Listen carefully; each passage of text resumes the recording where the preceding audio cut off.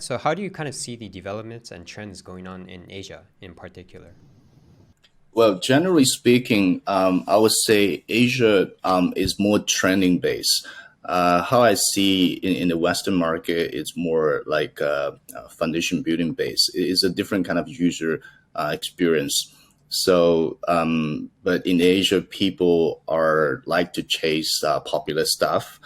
You can see the other day we had an event in Shanghai, so we had more than 500 people came. It's because they will originally have 300 people came, so there will be more people who came. So it's the same thing with tokens, with games, with NFTs. Generally speaking, they chase things up. So we see that popularity, especially.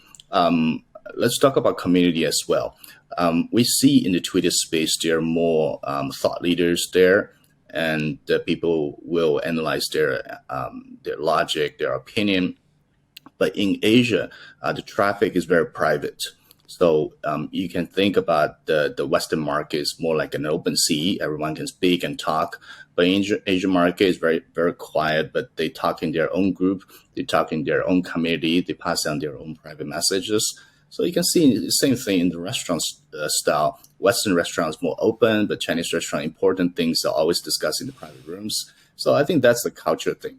Yeah. So we can see that people are really chasing up on the GameFi side. So I think in the last 2 3 days during the conference, I think I had more than 6 meetings talking about GameFi stuff, GameFi toolings. Also talk to the game players. So we had a lot of talks there. So I think in the future the development is gonna be multiple layers.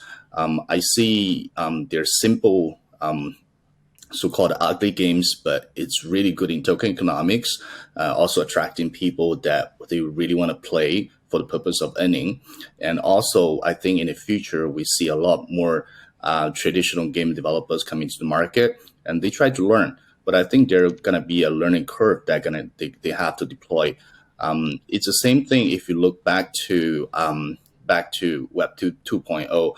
A lot of traditional companies, they try to adopt to the internet, but the actual one developing really well are so-called internet native. So I think the same thing happened at this moment is the crypto native guys, they know the people well, they know how actually the token economics works well.